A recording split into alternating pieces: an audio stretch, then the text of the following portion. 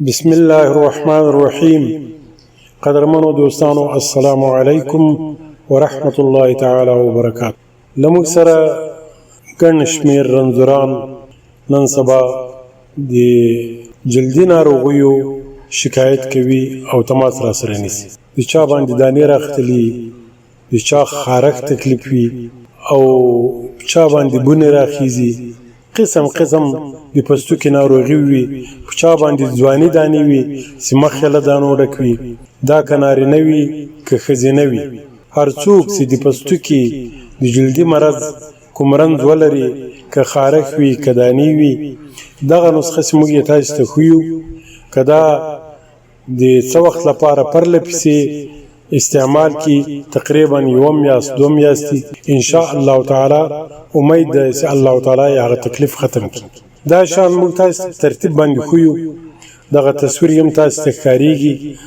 اول بوټی ده ګل بابونه، دې ته چارګلی هم یایي، څوک چارګل ورته یایي، اردو کې ګل بابونه ورته یایي. دا د وطن په دښتو کې پیدا کیږي، زیړ واړه واړه ګلان دي. که تاسو دغه ګل وشکوئ او په سیوري کې یې وچ کړئ او بیا یې پوډر کړئ او په کور کې درته کېږدئ، نور هم د ډېرو رنځونو لپاره پکار کېږي. خاص طور باندې دغه د ښځو چې کله د میاشتې تکلیف وي، دردونه یې وي، که د دې چای جوړ کړي او ویې څښي، فوراً درد آراموي. د اعصابو د مریضانو لپاره که دغه د ګل بابونه چای په ورځ کې 2-3 وارې څښي، عصبي تکلیف یې ختموي. ډېر زیات فایدې لري. د بدن دردونه ختموي، مختلف رنځونه. خو دلته یې موږ د پوستکي لپاره په دې نسخه کې درته ګډوو. دوهم څه ده؟ وچ سونډ ده. وچ سونډ دا هم له پنساریانو سره پیدا کېږي، د مسالو په دوکانو کې پیدا کېږي.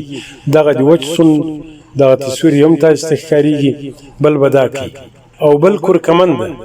کورکمن هغه زیړ پوډر دی یا زیړ لرګي، بیا پوډر کېږي او په مسالو کې موږ تاسو ګډوو.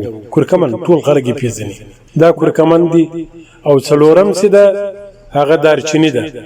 دارچیني هغه نسواري پټو کې دي، کوم چې په ګرمه مساله کې موږ او تاسو ګډوو او یا ګډوي پکې. دا څلور شان ګلي بابونه، ادرک، کورکمن او دارچیني، دا به تاسو برابر واخلئ. هر یو د مثال په طور باندې 100 ګرامه. دا به سره ګډ کړئ، پوډر به ځینې جوړ کړئ، په یو پاک لوښي کې به درته کېږدئ او په څه شکل باندې به یې خورئ. 3 وخته، سهار، غرمه او ماخوستن. تر ډوډۍ نیم ساعت مخکې یو وړه کپه خولې ته اچوئ، 2 ګیلاسه ګرمې اوبه پسې څښئ. اوبه به په اور باندې ګرمې کړې وي چې دومره ګرمې وي چې د څښلو قابل وي، لکه اچۍ چې معمولي غوندې لږ سوړ سي، په دې شکل ګرمې اوبه به 2 ګیلاس پسې څښئ. یو وړه کپه یا یو وړه کاچوغه به خولې ته اچوئ. دا پوډر سهار، غرمه، ماخوستن، تر ډوډۍ، تر خوراک نیم ساعت یا 1 ساعت مخکې 2 ګیلاسه ګرمې اوبه پسې څښئ. دا مسلسل 1 میاشت 2 میاشتې استعمال کړئ، تر څو پورې چې د تاسې جلدي تکلیف له منځه یوسي. دا پیغام موږ په لیکلي شکل باندې خپور کړو، خو د ځینو کسانو سر نه ورباندې خلاصېدو، بار یې پوښتنه کوله. په دې وجه باندې مو وغوښتل چې دا پیغام له تاسو سره په صوتي بڼه باندې هم شریک کړو، تر څو ښه سره مو ورباندې خلاص شي. دا ګلي بابونه ما تاسو ته وښودله. دا ګلي بابونه که چېرته تاسو وچ کړئ او په زیاته اندازه باندې په کور کې درته کېږدئ، په هر رنځ کې چې استعمال کړئ، ان شاء الله تعالی ډېر فایده کوي. ډېر ښه بوټی ده، ډېرې زیاتې ګټې لري. خاص طور باندې د ښځینهو لپاره هورمون برابروي، د زنانه دردونه یې ختموي، سردرد ختموي، اعصاب وسا کوي. د اعصابو د رنځورانو لپاره ډېره زیاته ګټه لري. موږ یې دلته په نسخو کې رنځورانو ته ګډوو. دارچیني دغه فایده لري. کورکمن ډېر قوي انټي بایوټیک ده. دا معنا چې په بدن کې د هر قسم رنځ له منځه وړي، زکام، ټوخی، دردونه، تبي. دارچیني په همدې شکل باندې ده او دا ادرک هم په همدې شکل باندې ده. دا ډېر ګټور بوټي دي.